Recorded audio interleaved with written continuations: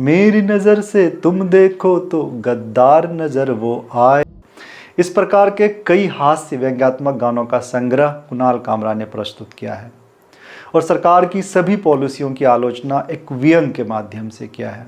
Horse trading, ED, CBI, सरकार की tax की पॉलिसी, विकसित भारत, सत्ता और शक्ति का दुरुपयोग, वर्तमान सरकार द्वारा दंगाइयों का पीठ थपथपाया जाना, मणिपुर, देश में नफरत का माहौल, देश में गिरते हुए लोकतांत्रिक मूल्य, देश और देश की संसद में होने वाली सभी घटनाओं को एक हास्य व्यंग्य के रूप में जिस तरह पिरोया है, सराहनीय है।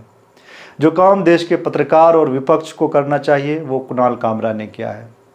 आज के भारत में जब लोगों की चमड़ी मोटी हो गई है, जब लोग असंवेदनशील हो गए हैं, अगर कोई देश को जागरूक कर रहा है तो सच में ये बहादुरी का काम है। हम जाते रहते हैं अमेरिका भी, वहाँ पे भी ऑडिटोरियम होता है, वहाँ पे भी हम आरएसएस को गाली देते हैं। तो वहाँ पे ये क्यों नहीं लिखते ऑडिटोरियम जला देंगे? क्योंकि पुलिस उनके घर आएगी फिर आधे घंटे के अंदर, माचिस लेंगी, बोलेगी एविडेंस मिल गया, अब बैठो अंदर 2-3 साल, सोचना क्यों बोला। ये पुलिसिंग होती है।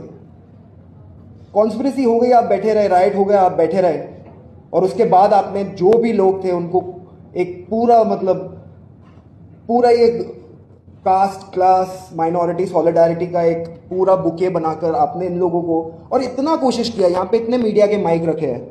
उमर खालिद को पहली बार एंटी नेशनल बुलाने वाले मीडिया थे, शायद कश्मीर पहुंचा दिया था उनको। दिख तो नहीं रहे, सबसे जहरीले वाले तो शायद नहीं आया।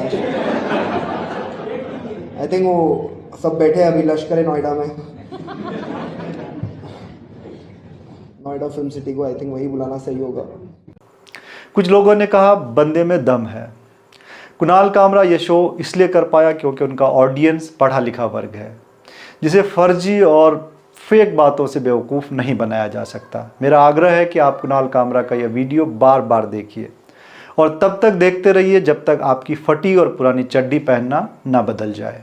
क्या आपने सरकार बनाने और बिगाड़ने के लिए गद्दारी स्वीकार कर लिया है क्योंकि आप किसी खास पार्टी के समर्थन में हैं?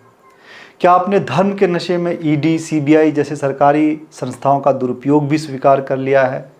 थाली बजाना और गाली देना तो आप स्वीकार कर चुके हैं। कुणाल कामरा ने उतनी बड़ी आलोचना नहीं किया जितनी बड़ी आलोचना राष्ट्र कवि रामधारी सिंह दिनकर ने इंदिरा गांधी का किया था। सिंहासन खाली करो कि जनता आती है, हुनकार से महलों के नींव उखड़ जाती है। जनता की रोके राह समय में ताव कहाँ, वो जिधर चाहे काल उधर ही मुड़ता है। दो राह समय का घर घर नाद सुनो, सिंहासन खाली करो कि जनता आती है। एक लोकतांत्रिक देश में सरकार, नेता, मुख्यमंत्री, प्रधानमंत्री, चाहे कोई कितना भी बड़ा जनप्रतिनिधि क्यों ना हो, जनता कड़ी सी कड़ी आलोचना कर सकती है। हमारे देश में रूल ऑफ लॉ है, मतलब कानून का राज। किसी को सज़ा तब तक नहीं दिया जा सकता जब तक वो कोई कानून ना तोड़ा हो।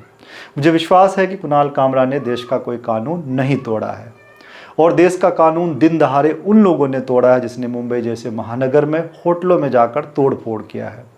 पुलिस के उनके विरुद्ध बिना किसी देरी के कार्रवाई करनी चाहिए। मिलते हैं फिर इसी तरह के अपडेट के साथ।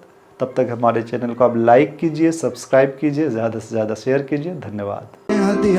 होगा संघ का शिष्टाचार एक दिन,